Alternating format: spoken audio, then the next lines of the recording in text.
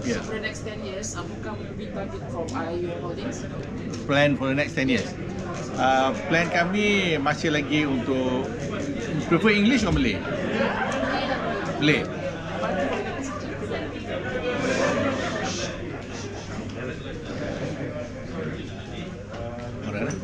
Orang tengah syok, orang lama tak jumpa. Okey, plan kami ialah untuk memfokuskan lagi bisnes kami and going deeper into our core competency lah, which is leveraging on the academic institutions of the university. Our three divisions are actually education, healthcare and then infrastructure.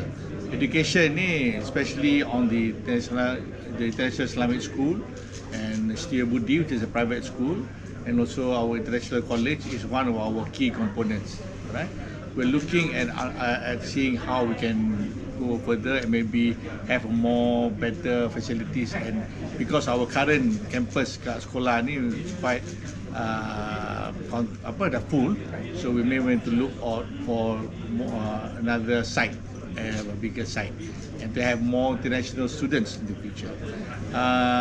One of our agenda for the school also is to, because we are one of the premier international Islamic school, international, whereby we are trying to embark more on the internationalization of the Islamic school. Wanting to get more foreign students, after post-COVID, hopefully when things get to normal, we want to get more foreign students and become the center for international Islamic education in the region and also in the world.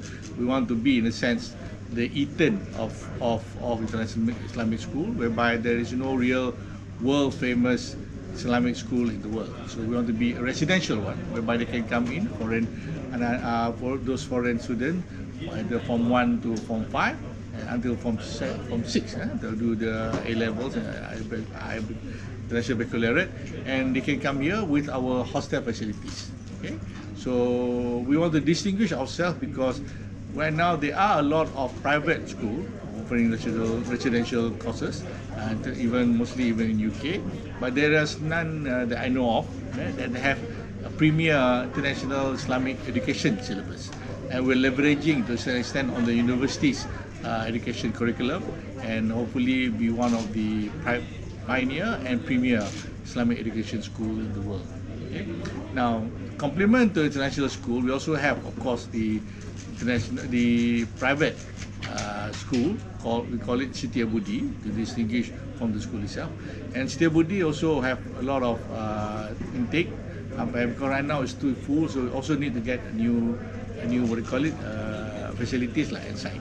And because of that, I think we still see, funny enough, an expansion for the request for international for the private school. And again, we hope to have more outside KL. Right now it's more or less in KL, and for the international school we will want to see we can open up in foreign countries, but we want to make sure our focus here in Malaysia is solid first. So this is our next takeoff lah after 20 years. Sekarang ada berapa anak syarikat di bawah IIUM? Okay, we have you want to see that? 9.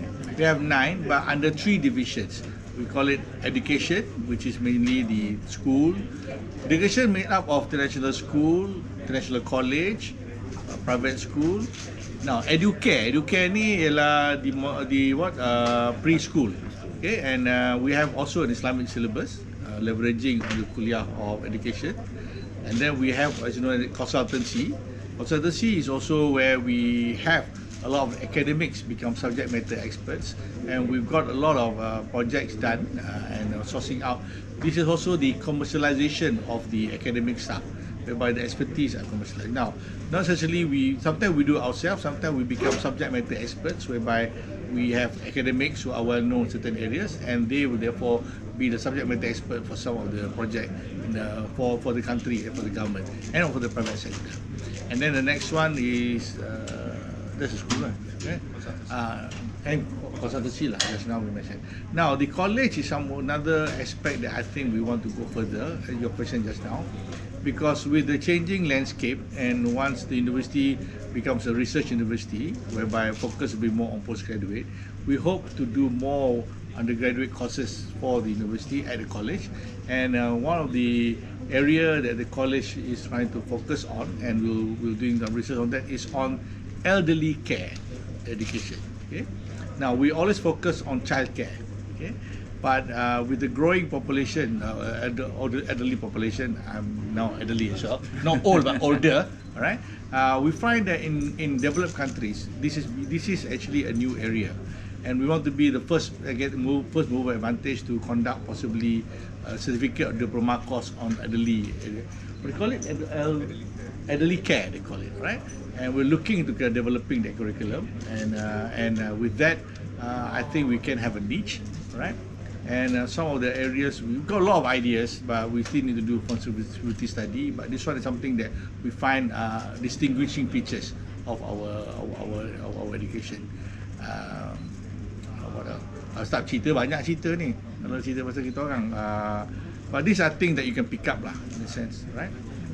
Of course, our press keeps saying to say something which is press-worthy. One of the thing, but nanti kan kena quote pula, bahaya pula kan.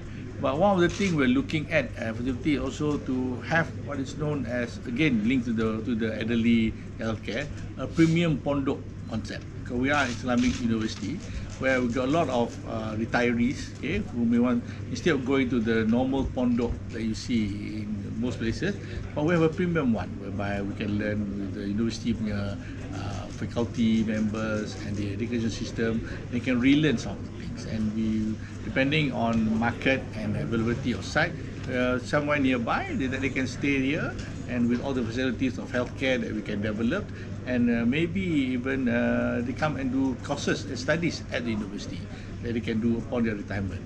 But this is a segment that we feel is underdeveloped, right? Because a lot of retirees have disposable income and a lot of time. And some of them want to do what's known as self-actualization courses that develop their own spiritual after they retire, and also some professional courses even they want to do. So this is something that we want to again develop with the college and with the university. All this you can see is all ring-fenced within the university community and educational arm. And I think this is something that when we did some initial market research, there's a lot of people interested. So it's chicken and egg. We need to invest so that when you want to, I mean, of course, I'm not saying that you cannot go to the normal pondok we do now, but this pondok basically will be more towards Klang Valley, whereby at the moment and near the university, and the family facilities will be basically healthcare, health link. We have all the facilities, but also near the university that they can come to the mosque, they can get the lecturers to give the usrah and all that, and again flagging the Islamic credentials of the university and all of our higher buildings. There will be huge capital requirement. Do you have any intention to go for listing in the near future? Yes, we are looking at the possibility of unlocking our assets. Listing is one option. We have appointed our corporate advisors to look into that. We're looking at the profits for the year. Okay. Unfortunately, COVID has dampened us, but it has dampened the increase. But I think the performance of the education has been quite steady. Right? Even though students do online, parents still pay the fees, and the schools still carry on. But we cannot increase as we thought before because of the site. But with IPO, hopefully we can do that. Right? So we are looking at IPO to unlock our assets. Satu soalan yang apalah, memang is in our plan. My speaker also did mention that lah. Maybe I can just add to what Dr. Nick. Apart from the commercial, we're just like another company, but actually what's unique to IIUM Holdings is that we're part of the university. Yes. And our Wholly owned part of the university, and our intentions are not purely commercial. It's also to use and leverage and share the experience and knowledge of the university itself in terms of education. We bring to the forefront the best techniques of educating from the university to the public. So we like to share the experiences, the successes of the university to bring to the masses, to the community via IIUM Holdings. I think in the end, what is key and where our role is now more important, more critical, because of the changing landscape of the financial requirements or financial capabilities of the government. So we need to, Indonesia need to find ways to enhance its revenue, and we are that arm to enhance that. So there is more reliance on us compared to before. So it's tough, but I think we can. And today actually is to jumpstart the logo. So today is to remember the 20 years, including the former chairman and CEOs who came, but also to start our logo as an example of how we 20 years age ni anak muda lah, teenager, so young and develop. But at the same time, the first product is the Sharia compliant, right? So we'll be getting a roll-out plan for marketing. PR side will do that, and there will be more of this. But what we want to do now is that we are a member of IUM International University in Malaysia. Okay, right? Thank you very much. Maaf lah tak ada lunch. Tapi ada apa kan, door gift kan? Right? Okay. I hope our story is good enough, and hopefully we can carry it positively lah tomorrow.